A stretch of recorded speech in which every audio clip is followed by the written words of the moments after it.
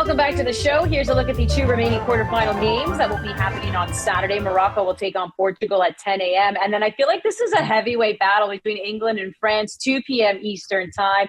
Cannot wait to see how that one will shake down, because you're going to have one team who believes it's coming home, who's going to get eliminated, so it ain't coming home. Or you're going to have the defending champion get knocked down, and it will not have a chance, France, to go on and defend its title. So, Ollie, I will begin with you. How are you expecting England to approach this? There's been a lot of talk. Nervously. Are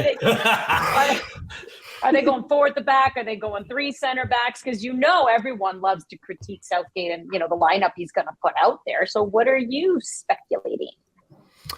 I think they'll stick with something similar to what they've been doing so far. Obviously, there's going to have to be tweaks to deal with the kind of threats that France pose. But I just don't. I think it would be a mistake to go to a back five. I think if you go to a back five, the wing back, particularly on the right-hand side against Mbappe, is just going to be stuck on the edge of his own area all game. You end up very deep, and you end up with something like the European Championship final, where England just couldn't get up the pitch nearly enough after they took the lead in that game. So I'm hoping that they're bold, they're aggressive. There's going to be risk with that. Obviously, going up against a player like Kylian Mbappe, I do think Kyle Walker is a pretty good matchup and has had success against him in the past in Champions League games. He's not his fitness hasn't been brilliant this season, so he may not be in the best place compared to previous years to go up against a player like Mbappe. But if there is someone you would feel could take him on 1v1, I think Walker would be fairly high up that list as right backs go. So I'm hoping they continue to be positive. I think they have enough, particularly in midfields, with the way Jude Bellingham is playing to cause France some problems. And I think that should be the attitude, really. How are you thinking, Jordan, that England should approach this?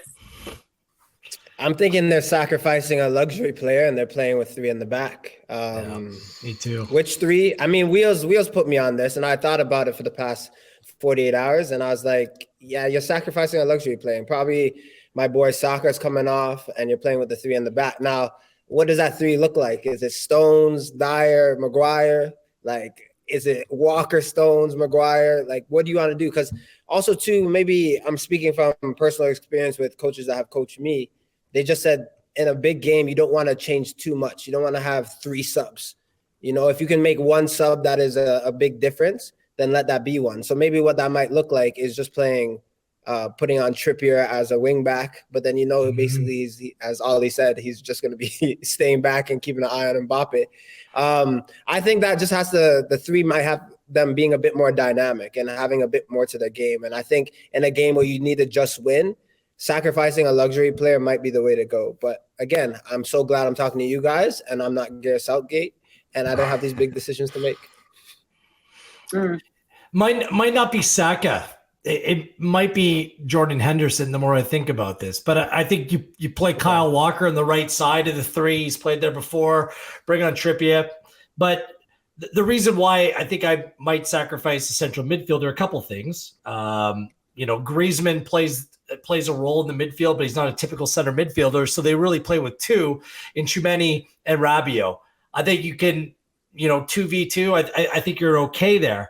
I think that where France might be a little bit weak, Hernandez loves to bomb down that left side from the left back position. Koundé is more stay at home, difficult to beat. That's going to be a tough matchup for Phil Foden or anyone attacking down that left. I do think that when that space is created by Hernandez going up, that's an area where England needs to focus on. So whether it's Saka playing forward, I personally would put Marcus Rashford in that area, allow him to have the pace to kind of exploit that area. I think it could be a little bit of a chess game, but the way that Southgate rolls, I think that he will play a little bit more conservative, knowing that limiting Mbappe and that French attack is paramount for them to have any chance in this game. Speaking of Kylian Mbappe, this is what France manager Didier Deschamps had to say.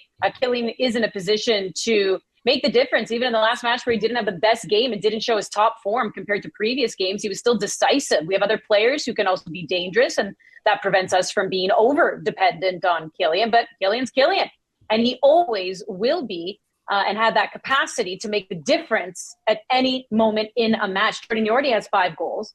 He's already passed Thierry Henry when it comes to World Cup goals for France. Henry had 6 or has 6, not like they go away. But Mbappe has 7. with the potential to just keep extending that.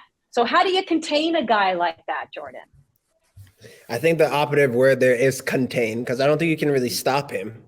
I think he's always going to have some moments and a bit of magic, but contain him is probably the best word to use. Now, my playing days of playing in the middle or playing six in Denmark, I remember right backs would basically say, yo, when I'm being run at, come and help me.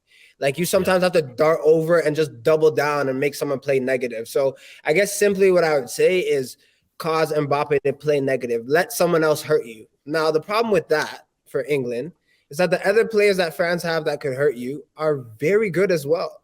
So it's like, you got to pick your poison. Do you want to nullify Mbappe and put 2 on him and have a midfielder come over and leave Griezmann free, or have Giroud just split you in the box? Or, hey, let's get a switch out to Dembele and let him run at you.